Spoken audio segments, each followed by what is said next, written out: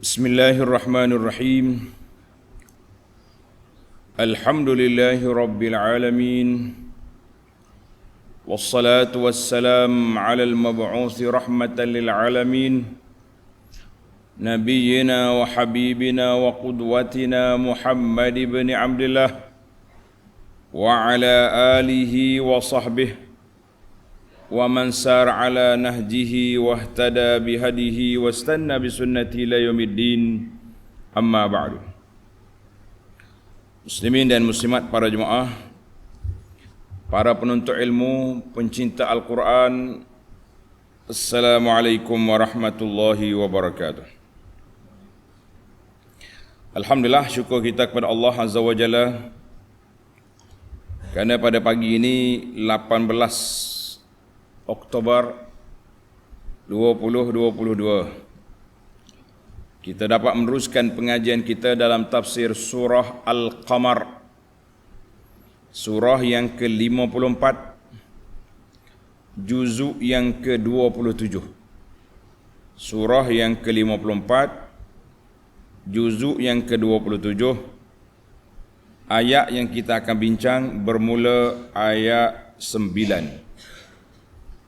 Ayat yang kita nak bincang ni bermula ayat 9 sehingga ayat 17. Ini adalah merupakan siri pertama kisah Nabi yang terdapat di dalam surah Al-Qamar ini. Sebagaimana yang kita sebut dalam muqaddimah baru ni, surah sebelum dia sebut yang nama kaum. Tapi dalam surah ini disebutnya nama, didetailkan sedikit perbincangan tentang kaum-kaum itu. Maka kisah pertama dalam surah ini yang disebut iaitulah kisah Nabi Nuh dan pendustaan kaumnya terhadap dakwahnya, serta mereka dilanda banjir taufan yang besar sehingga yang kafir mati habis. Yang kafir mati belaka. Kemudian Allah SWT peringatkan nikmat yang dianugerahkan kepada Nabi Nuh, iaitulah Allah selamatkan dia serta orang-orang yang beriman yang berada di atas kapal bahtera yang telah dibuat oleh Nabi Nuh AS dengan penjagaan daripada Allah Azza wa Jalla. Kemudian di akhir ayat Allah Ta'ala sebut tentang walaqad yassarnal Qur'an, kami permudahkan Quran ini untuk dipahami, untuk dihayati dan untuk diamalkan. Baik para pelajar sekalian, jemaah yang ada tafsir pimpinan Ar-Rahman edisi Jawi, muka surat 1179, muka surat 1179. InsyaAllah kita akan mula dengan baca ayat dulu. Membaca ayat. A'udzu billahis samii'il 'aliim minasy syaithaanir rajiim. Kazzabat qablahum qaum Nuh فكذبوا عبدنا وقالوا مجنون وازدجر فدعا ربه أني مغلوب فانتصر ففتحنا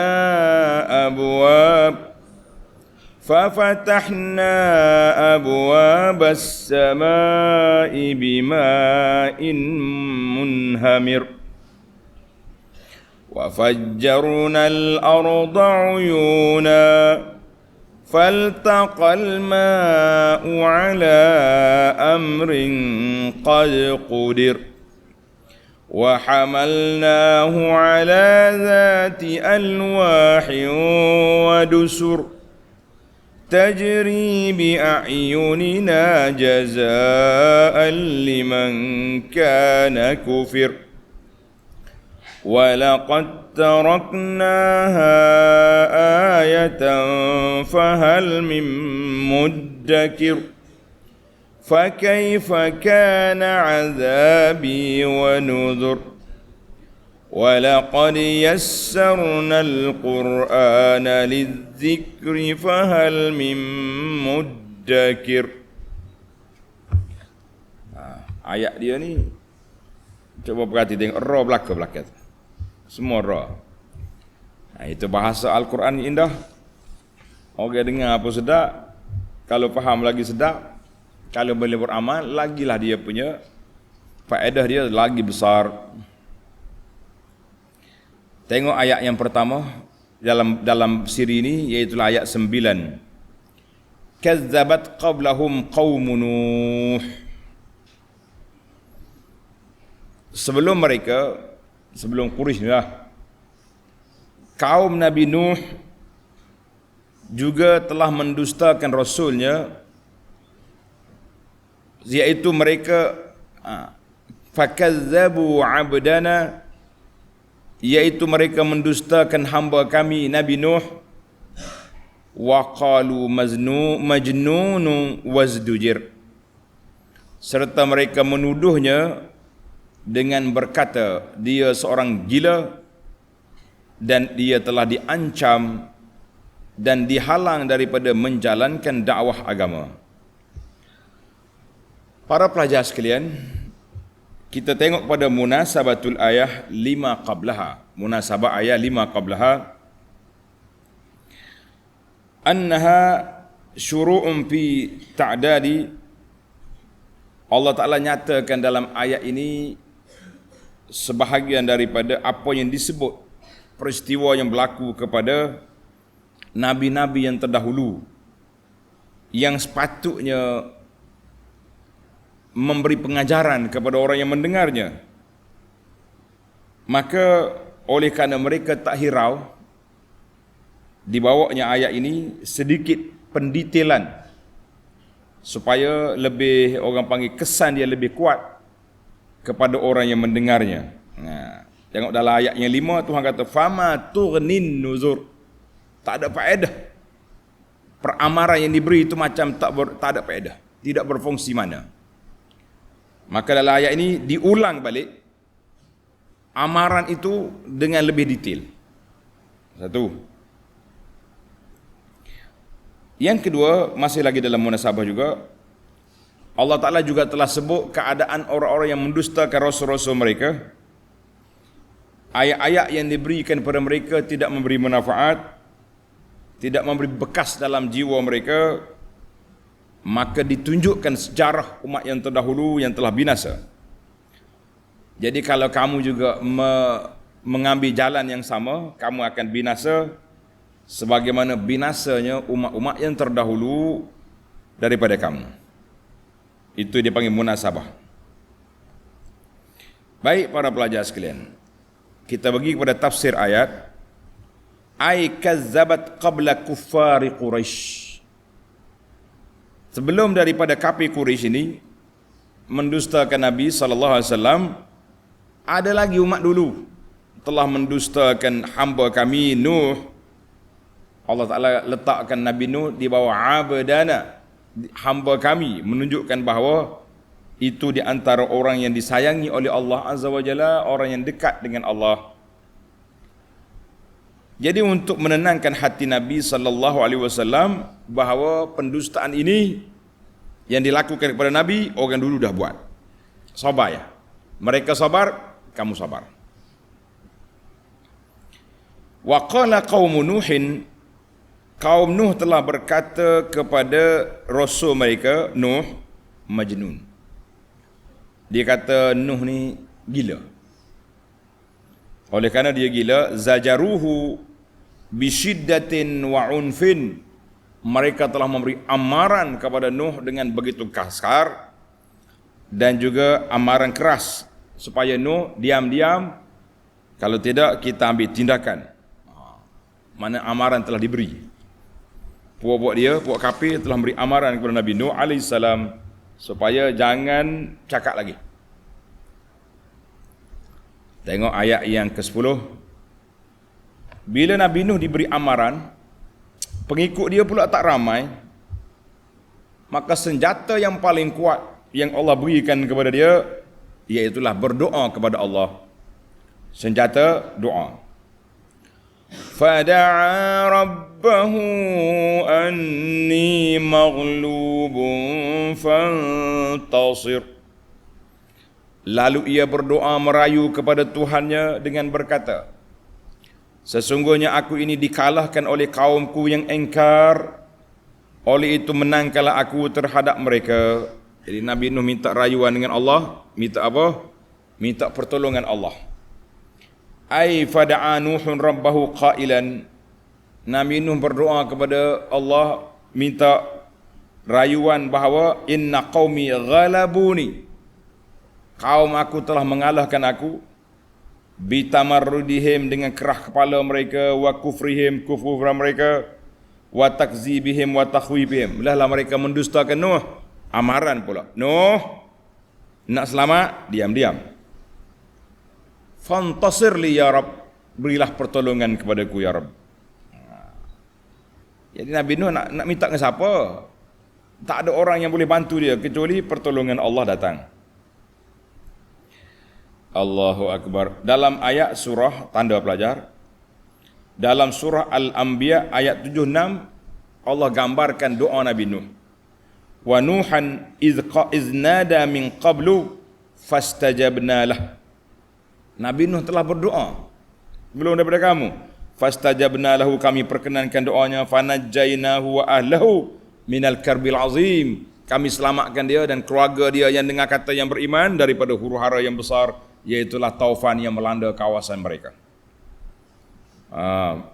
Jadi bila Nabi Nuh berdoa, tengok ayat 11, Allah jawab, فَفَتَحْنَا أَبْوَابَ السَّمَاءِ بِمَاءٍ مُنْهَمِرٍ.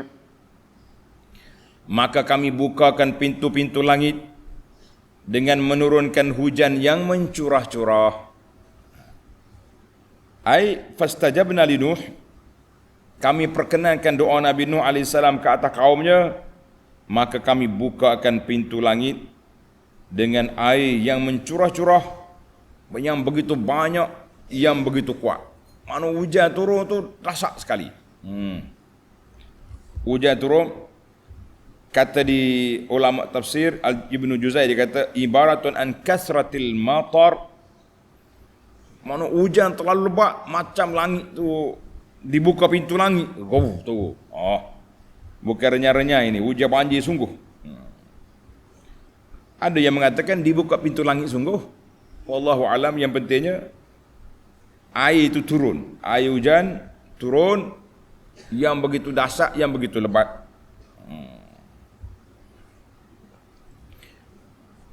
Satu, hujan turun dari langit.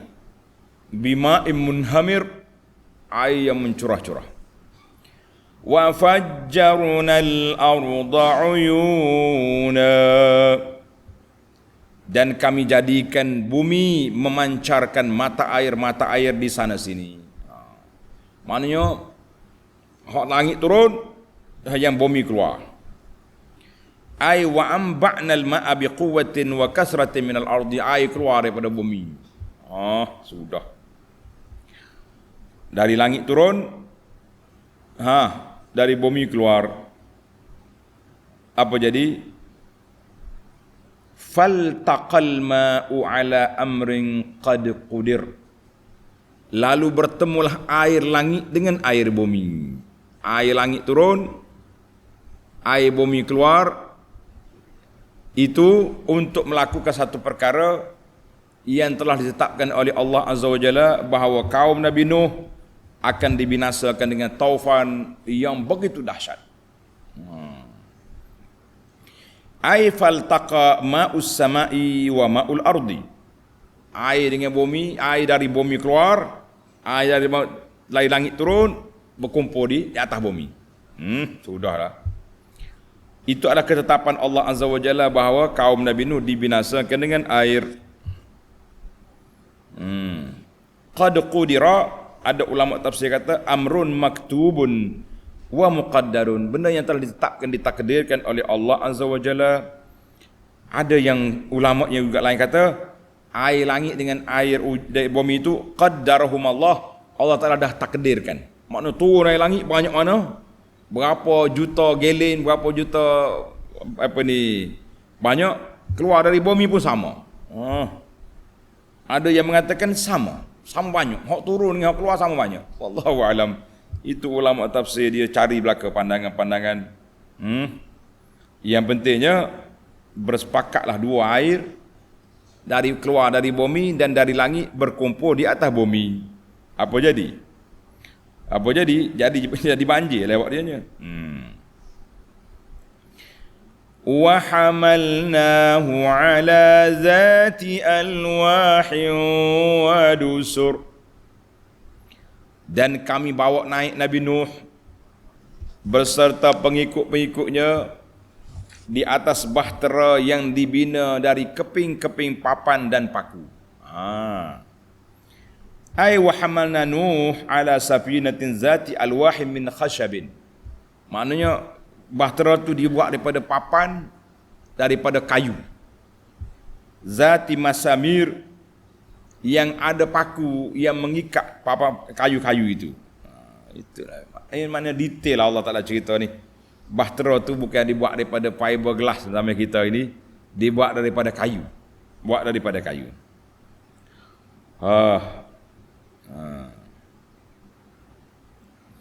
Habis macam mana bahtera berjalan? Tengok ayat 14.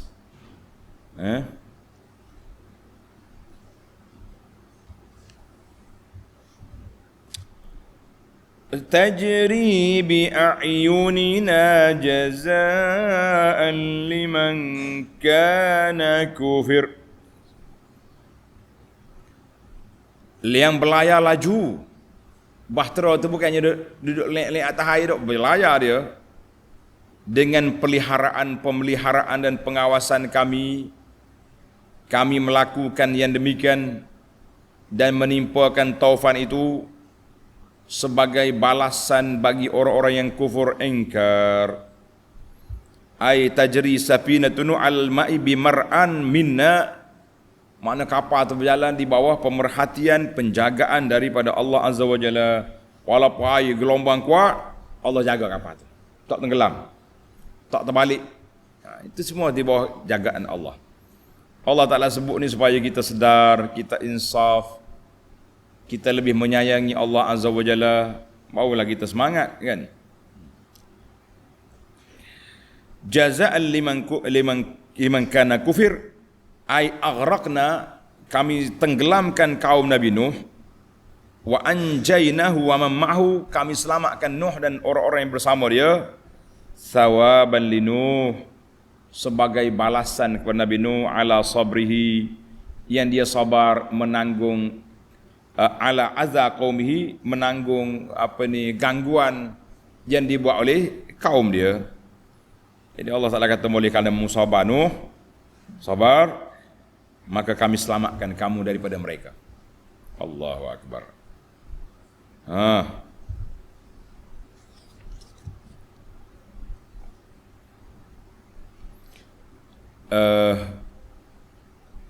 Ayat 15. Walaqad taraknaha ayatan fahal mim muddakir. Dan demi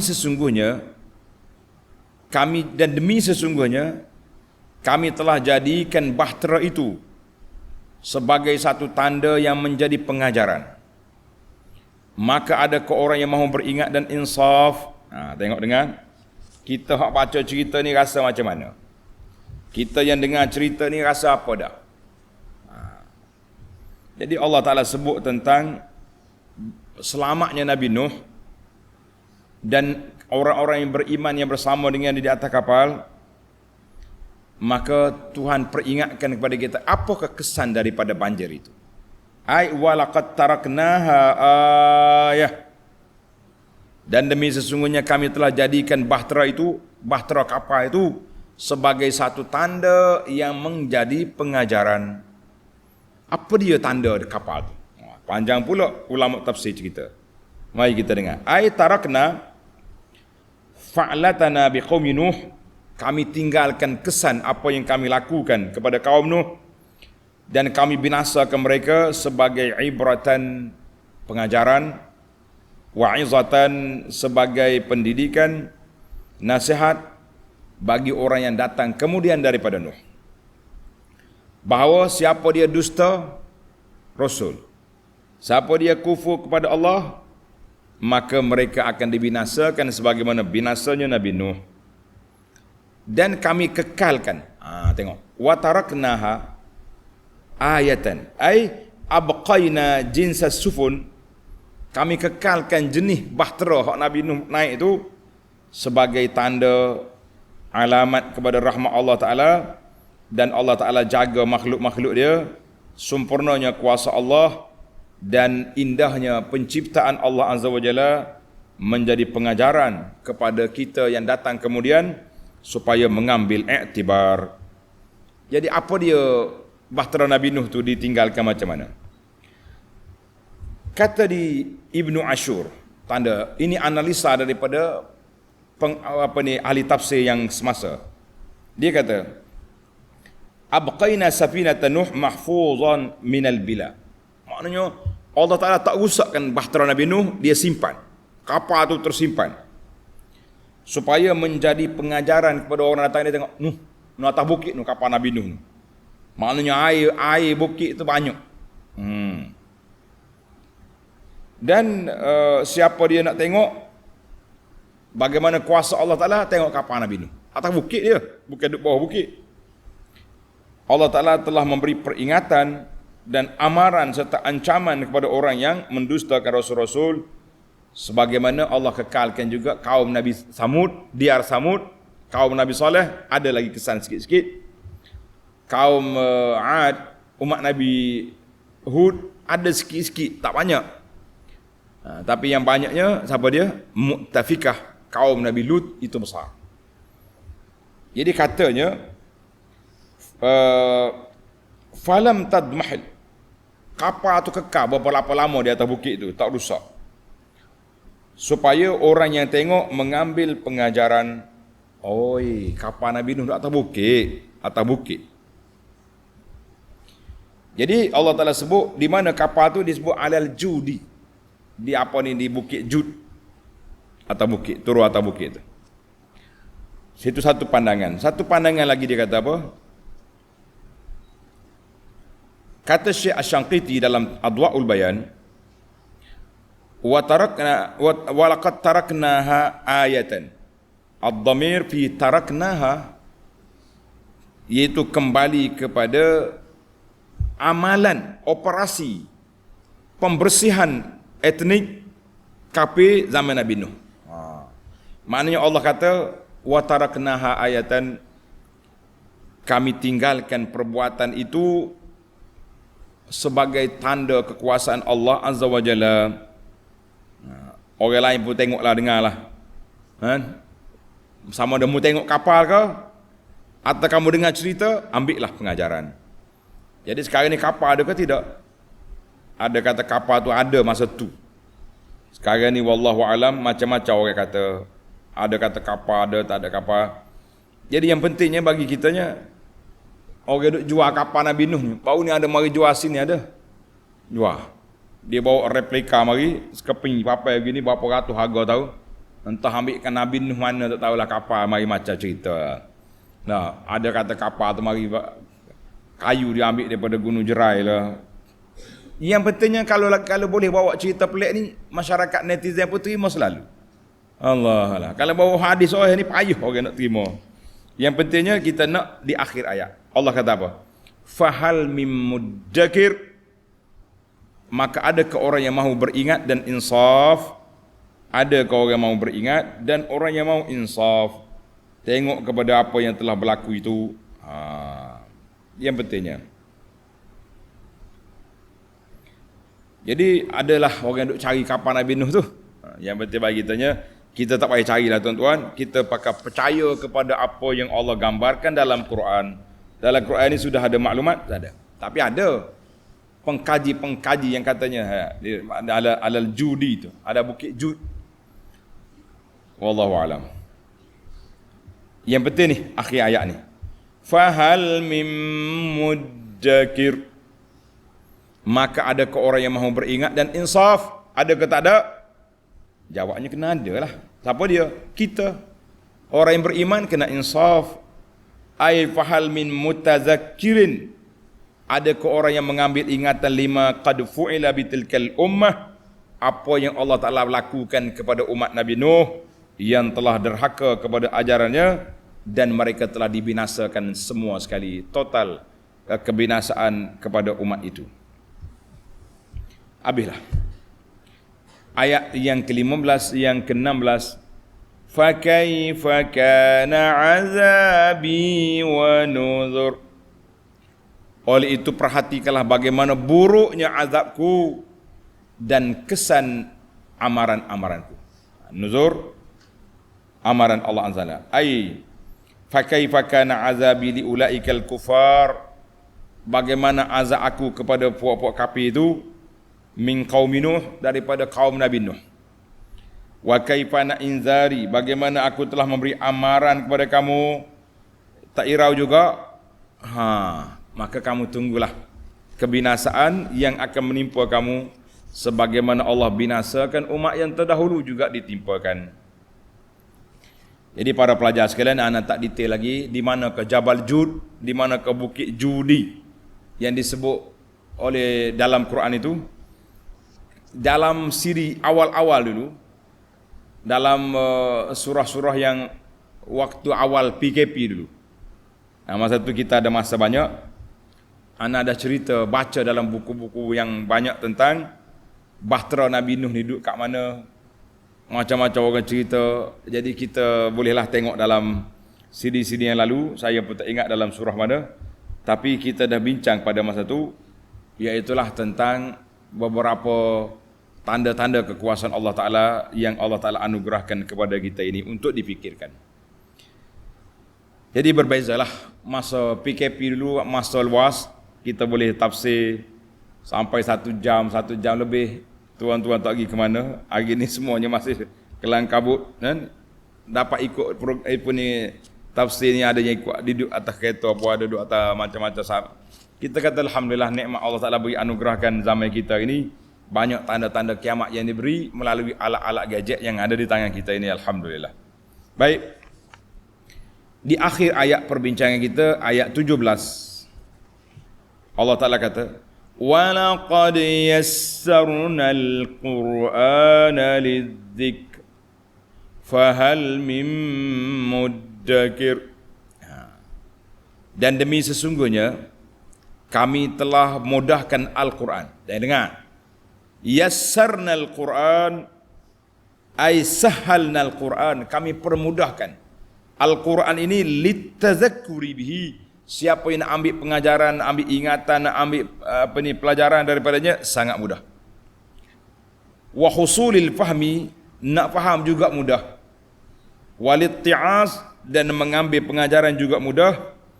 Bahkan ulama kata wa husul taisirul hifzi, Allah Ta'ala permudahkan Quran itu untuk dihafal.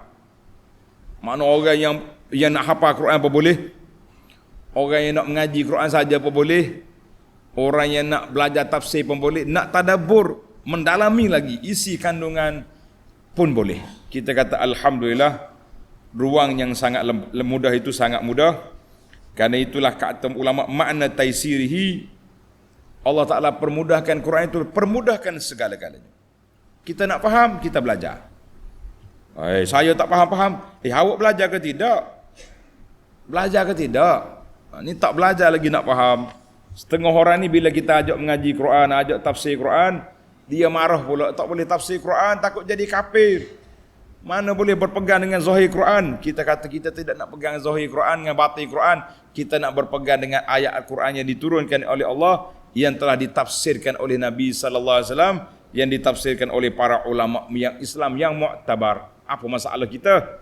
Di antara tafsir rujukan yang kita sangat rujuk, iaitulah tafsir Ibnu Katsir contohnya.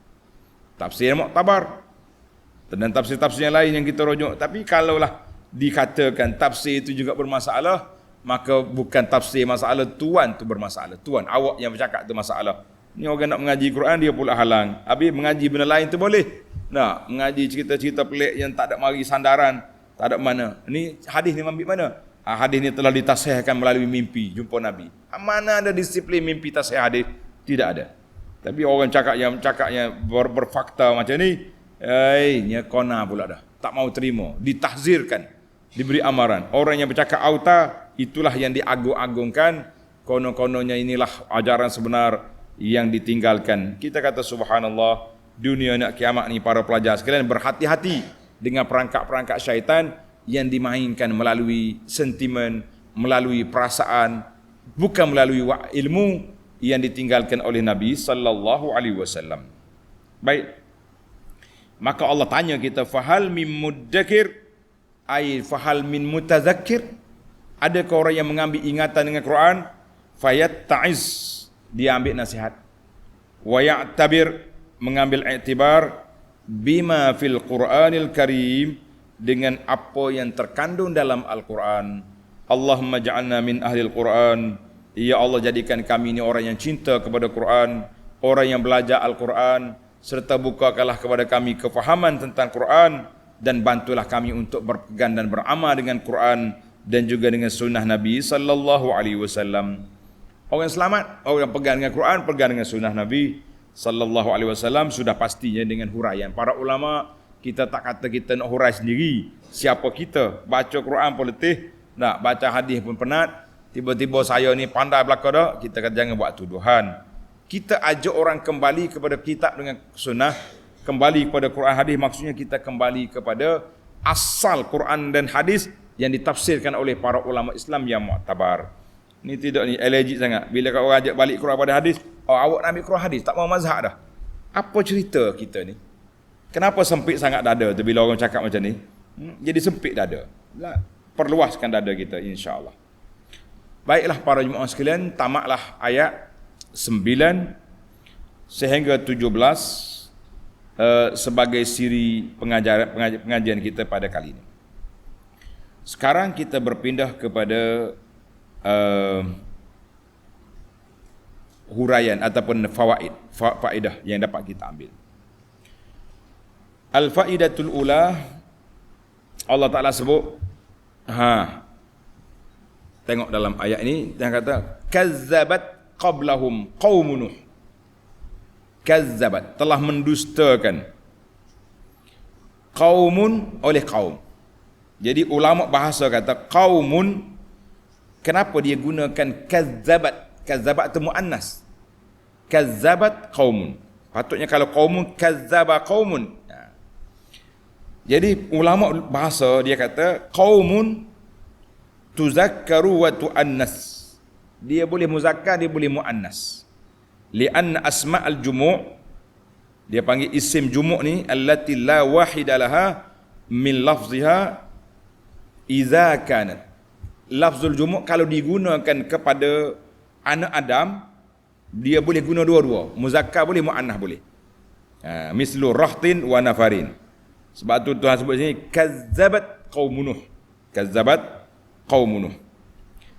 Wa qala, Allah Ta'ala sebut tentang bukan manusia, dia kata apa? Kazzaba bihi qaumuka.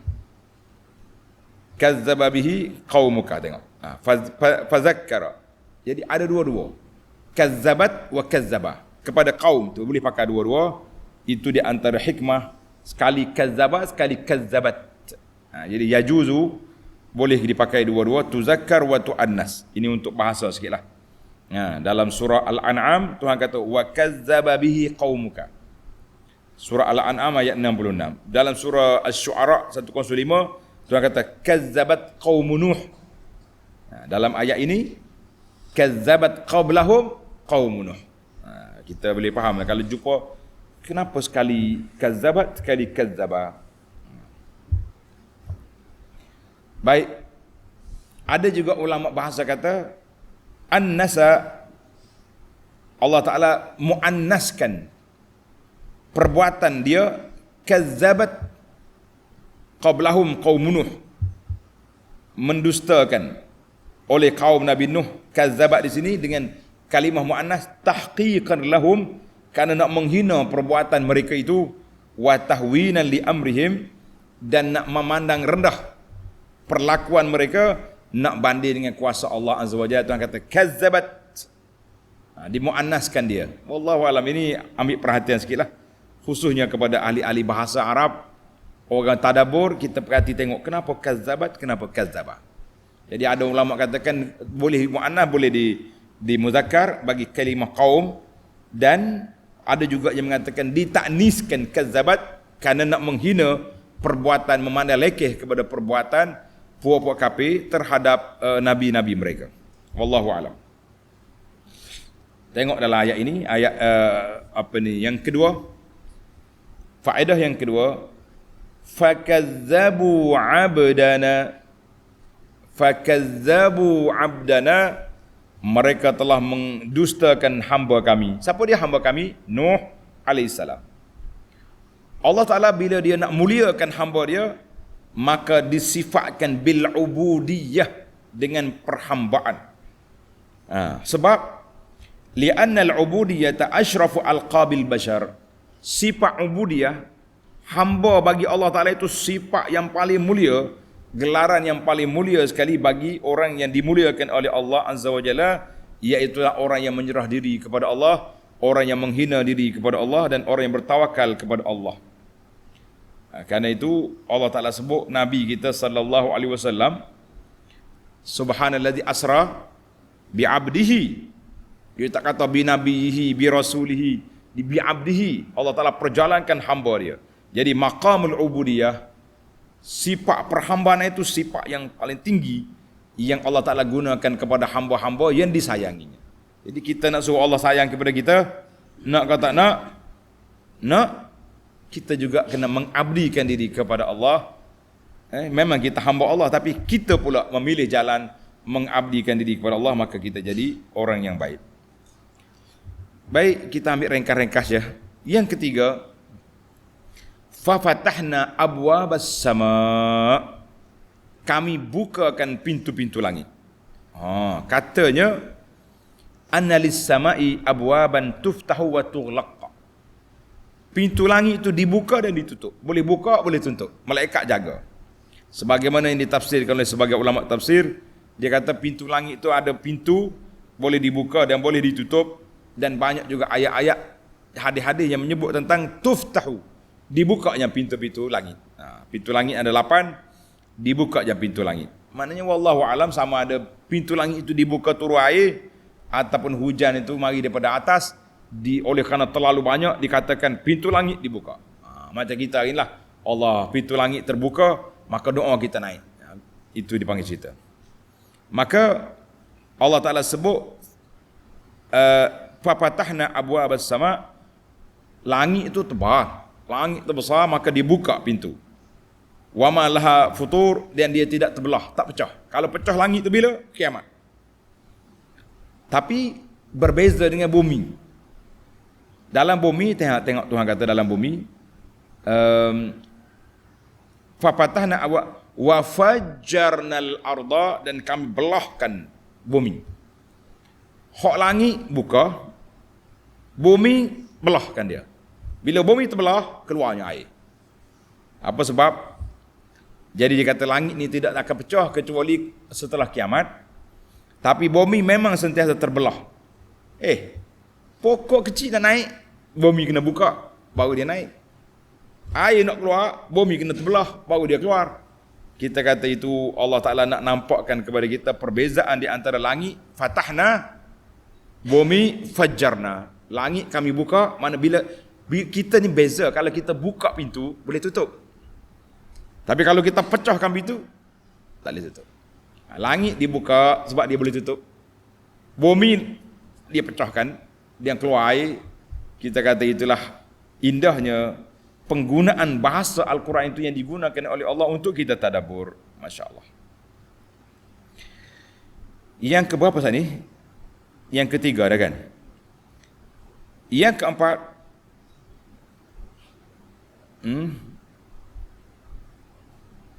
baik, sebelum kita pergi pada yang keempat tu,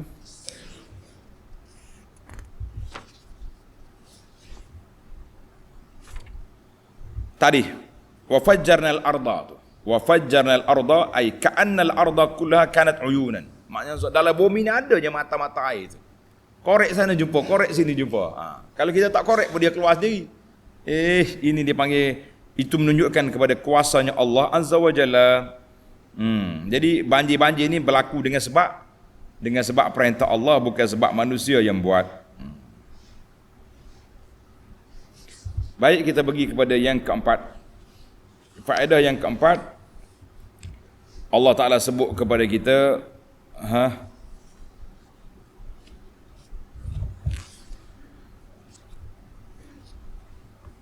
jazaan liman kana kufir, balasan kepada orang-orang yang kufur. Yang keempat dia panggil jazaan liman kana kufir. Abbarahuna, Allah Ta'ala bagi ibarat di sini, Allah Ta'ala menyatakan sebab. Kenapa mereka dibinasakan? Kenapa Allah turunkan taufan? Kenapa Allah hanyutkan mereka? Jazaan liman kana kufir, kerana mereka kufur. Kerana mereka kufur. Maka disitulah ulama tadabbur kata, dia kata apa? Dia kata kita ni para jemaah sekalian kena ambil pengajaran, sentiasa ambil iktibar. Allah Ta'ala tak akan buat satu saja, tak ada. Mari bala, mari bencana, sebab di sana ada maksiat, ada kemungkaran yang dibuat oleh tangan-tangan manusia, maka Allah Ta'ala mari peringatan kepada kita supaya kita ingat, kita sedar bahawa kita duduk di bawah pemerhatian Allah Azza wa Jalla. Ini manusia yang tak beriman, dia beza. Tak ada apa tu. Mesti hujan, biasalah banjir. Bila hujan lebat, turunlah kepala air. Dia tak nak kaitkan jazaan, balasan kepada apa yang kamu buat. Cuma dari sudut praktikal kepada seseorang yang kena bala, berbeza pandangan. Jangan kata, di rumah ni kena bala, hanyut air. Dia ni ahli maksiat, dia ni nyanyi gitu. Habis masjid kita ni tenggelam air kena banjir, takkan kita kata ni tempat maksiat lah. Tetapi aslu al-bala, asal turun bala itu jazaan. Kerana Allah Ta'ala nak beri peringatan kepada orang yang buat maksiat. Mari bala, mari tsunami, mari gempa bumi, mari itu sebagai peringatan. Tapi orang yang kena bala, kita jangan tunjuk jari senang-senang. Awak ni rumah terbakar ni, awak tak payah zakat. Awak, ni ada setengah orang di mulut celupa dia panggil. Suka benar dia dihukum orang dengan begitu. Dia kata, awak ni sebab. Lah. Maka dalam ayat ini kata di para ulama, abbaruna bima yufhamu al-illah. Allah nyatakan sebab kenapa mereka binasa. Jadi kita kena tahu. Kita pun kalau nak ambil tindakan kepada anak kau, kepada murid, kena bagi tahu. Kenapa ustaz, guru rotan awak? Sebab apa? Sebab awak nakal, awak kosek orang, awak bonteng. Dia kata, tiba-tiba mari sini. Main. Kenapa? Saja. Lah. Orang boleh menerima hukuman kalau dia tahu sebab kenapa dia dihukum. Tapi orang tak akan menerima hukuman kalau dia rasa dia diperlakukan, dia diunaya. Jadi Allah Ta'ala nyatakan jaza'an liman kana kufir. Baik, yang terakhir, ayat yang terakhir kita, ayat 17. Walaqad yassarnal Qur'ana lidzikri fahal mim muddakir. Allah kata, aku permudahkan Quran itu untuk mengambil ingatan. Hadzat taysir, Allah Ta'ala permudahkan ini menunjukkan bahawa Allah Ta'ala sayang kepada kita. Allah Ta'ala sayang kepada hamba-hamba dia. Siapa dia nak hidayah, siapa nak petunjuk, siapa nak kasih sayang, belajarlah Al-Quran. Yang kata, payah ngaji Quran. Tak. Orang yang nak, insya-Allah Tuhan tolong. Makcik ke pakcik ke mari baru belajar, saya ni tak erti nak baca Quran. Letak keazaman yang tinggi dalam jiwa kita, aku nak faham Quran, aku nak mengaji Quran, insya-Allah. Allah Ta'ala akan tolong kita. Tapi kalau mari mengaji Quran, payah. Awak jawab sendiri payah. Tuhan kata, yassarna, kami permudah, awak payah. Lah. Dan kita ni guru-guru Quran jangan duk mayah dengan orang. Kita kata jadi setiap orang yang ini kata di para ulama salaf, dikata siapa yang betul-betul tawajuh kepada Allah, minta pertolongan dengan Allah, nak faham Quran, insya-Allah Tuhan bagi fahaman.